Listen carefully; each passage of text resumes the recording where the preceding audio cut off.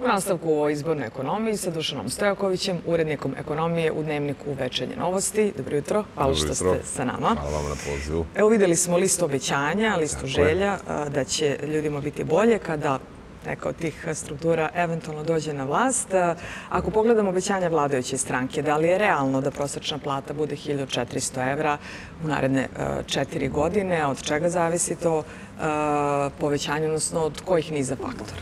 Pa, ako pogledate recimo neke zanimljive ekonomske pokazatelje, skoro je jedna austrijska konsultantska kuća objavila spisak 50 najfirmi u regionu jugoistočne Evrope, odnosno Adria regionu, u kojem od Slovenije, Hrvatske, Bosne i Hercegovine, Crne Gore i Makedonije je i Srbije. I imate zanimljivu stvar da je tu 16 srpskih firmi. Od tih 16 srpskih firmi koje su imali promet negde oko 20 milijardi evra, a 15 hrvatskih i slovenačkih su imali promete od 30 milijardi evra. U tih 20 milijardi evra prometa, tih 16 najuspešnijih srpskih firmi su zaradili milijardu i po evra. Slovenački su zaradili 300 miliona, a hrvatske su u minusu 195 miliona. Dakle, prostor za povećanje plata apsolutno ima. Kad idete po industrijama, konkretno veliki trgovinski lanci, prošle godine su imali zaradu milijardu i po evra. Bankarski sektor u Srbiji prošle godine imao zaradu 700 miliona evra. Dakle, prostora za povećanje zarada ima. Samo je bitna stvar kako motivisati poslodavce da radnike plaćaju malo više nego što su to navikli. Između ostalog, dugo godina, to se sećamo, od 5. oktobra na ovamo, mi smo mamili strane investitore sa činjenicom imamo jeftinu, a dobru radnu snagu. Tako da, tu je stvar samo kako ćemo motivisati poslodavce da deo svoje dobiti podele i sa nama. Sad, kako će biti finansijska kretanja u naredne 4 godine u smislu inflacije? Vidimo šta se globalno dešava. I da li će tih 1400 evra, kakvu će kupovnu moć imati za taj novac? Pa dobro, evo, vi možete da imate, statistika to vrlo precizno meri. Plate su više nego duplirane u protekloj deceniji, ali imate situaciju da je realan standard porastao samo 30%. Jednostavno, to cene rastu, moramo da budemo svesni, dakle, on je nikakav alibi za bilo kakve ekonomije, ali moramo da budemo svesni da smo prošli kroz velike krize. I ono kad ste rekli kao kakvi će tokovi biti u naredne 4 godine, bilo bi divno da imamo ekonomske tokove. Mislim, mi imamo 2 velika ratna sukoba, ne tako daleko od nas, jedan na evropskom kontinentu, jedan veoma blizu, da se našalim. Tako da bih ja jako voleo da mi se bavimo ekonomijom. Ono što je takođe fakat jeste da se inflacija prilično zauzdala kako na evropskom kontinentu, tako i kod nas. Srećna okolnost naše ekonomije je što mi ipak rastemo duplo ili možda malo više nego duplo od Evropske unije, od naših najznačajnijih partnera, tako da nadam se da ćemo se ekonomski boriti. A kad su izbori u pitanju, mislim, meni su divne te želje. Evo, negde je u fokusu i vlasti opozicije stanje penzionera. I vlast obećava da će prosečna plata u naredne 4 godine biti 620 evra. S druge strane, lista Srbije protiv nasilja obećava da će, ako dođu na vlast, vratiti penzionerima novac kojim je uzet prilikom fiskalne konsolidacije, da bi u proseku svaki penzioner dobio po 1000 evra. Pa, iskreno da budem iz pozicije kada ne upravljaš kasom, lako je obećavati. Mislim, pogotovo su mi zabavne ove varijante ukidanja akciza, pa nemam... Znači, ukinut ćeš akcize, smanjit ćeš PDV, a onda ćeš vratiti penzionerima nešto što im je, kako tvrdite, zakinuto. Divno. Ali odakle? Dakle, tu moramo zaista da budemo objektivni i racionalni. Na kraju krajeva, ubrzan razvoj Srbije, između ostalog, je zasnovan na akcizama, kako na gorivo, na duvan, alkohol i tako dalje. Tako da to je nešto što... Dakle, hoćemo autoputeve, hoćemo brze pruge. Moramo nekako to i da platimo. Dakle, mislim da realno gledano, svako ko odgovorno vodi ekonomiju, on to planira na način na koji je izvodljivo, a da država ne propadne.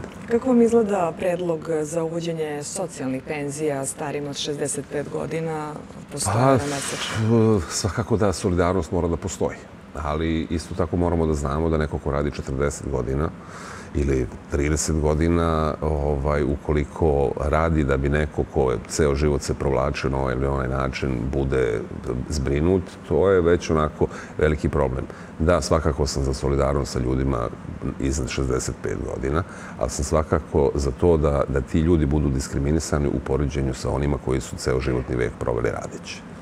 Najavljuju se velika infrastrukturna ulaganja, 12 milijardi od strane Srpske napredne stranke, 15 milijardi od strane Srbije protiv nasilja. Koliko je to ostvarivo? Pa dobro, konkretno što se Srbije protiv nasilja tiče ne mogu da komentariše zato što realno ne znam da li oni stvarno mogu to da realizuju, ali ono što jeste fakat i što je država preuzela kao deo svojih obaveza jeste izgradnja EXPA, gradske železnice, metroa.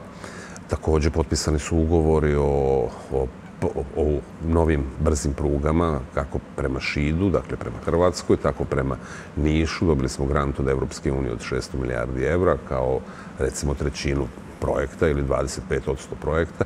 Takođe, počeli su radovi između Niša i Dimitrovgrada. Gradi se Moravski koridor, nastavlja se brza saobraćajnica koja se naslanja na autoput Ruma-Šabac, tako da realno gledano to su neke realne investicije koje nas očekuju u nekom narednom periodu. Srbija protiv nasilja ima plan ulaganja od 200 miliona evra za 2000 domaćih kompanija. Koliko je bitno ulaganje u domaće kompanije po osnaživanju? To je divna vest. Samo moramo isto tako da znamo. Recimo, kad sam pre 10 godina postao urednik ekonomije u Novostima, ja sam imao veliki problem što sam imao utisak da se favorizuju strane firme u poređenju sa našima. I stalno imamo u javnosti tu činjenicu kao mi smo platili nešto strancima.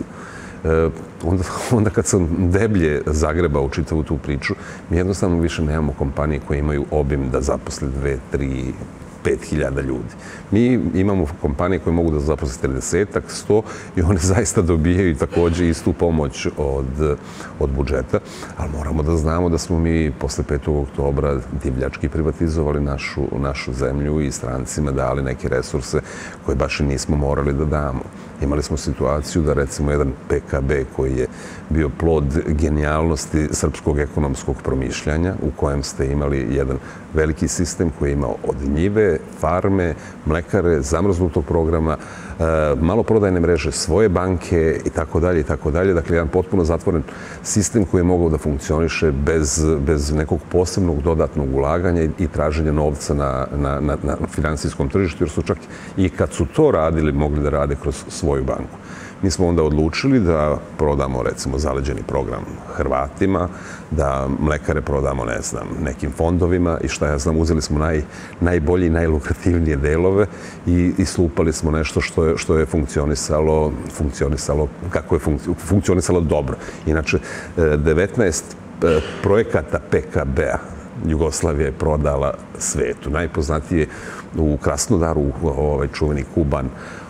On je 20 ili 200 puta veći od PKB-a i funkcioniše i dan danas i donosi fantastične rezultate. Tako da moramo mi malo da budemo malo mudriji i da se trudimo mi kao građani da onima koji donose odluke ne dozvolimo da naše resurse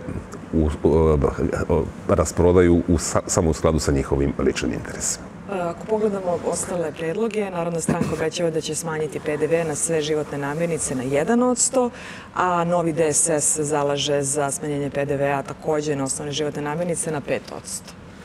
Pa znate kako, to su jako pohvalne varijante ako su izvodljive. Da li su izvodljive? Pa, realno gledano nisu, bez obzira na sve. Iako naša ekonomija u ovom trenutku je možda u nekom najboljem trenutku u posljednjih 30 godina, ona još uvek nije potpuno nezavisna, dakle, i nije potpuno održiva. Dakle, mi danas imamo potrebu da se na ovaj ili na onaj način zadužujemo. Ako nam bude prazna kasa, mi ćemo se mnogo brže zaduživati. A što smo zaduženi, to smo manje suvereni, tako da odgovor je vrlo jasan. Dveri, na primjer, predlažu progresivno oporezivanje, osnivanje razvojne, izvozne i poljoprivredne banke, dok NADA obećava dodatno oporezivanje kladionica kao i uvođenje ekstra profita za banke. Pa dobro, bankarski sektor, kao što sam rekao, u prošle godine zaradio 700 miliona evra. Dakle, to je zaista jedna jako dobra zarada i tu treba čovjek da razmišlja, da vidi da deo te dobiti ipak ostane u našoj zemlji. Moramo isto da znamo da smo opet i sve te banke rasprodali strancima. Dakle, mi imamo u ovom trenutku jednu našu privatnu banku i jednu državnu. Sve ostalo su strane banke. I sad, zamislite vi da ukoliko se neko avanturistički odluči da im lupi neki porez, narodski rečeno, od 50%, šta ako se one povuku? Šta ako...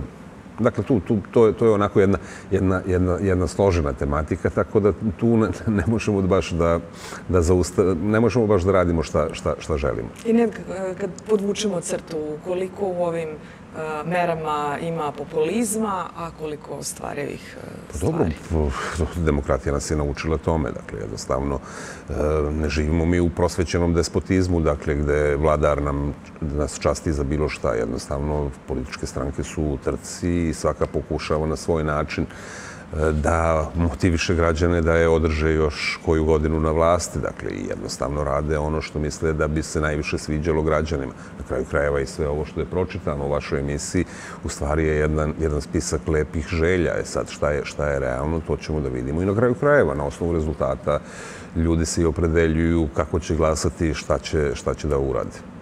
Hvala puno što ste doveli vreme za naše vesti. Hvala vama.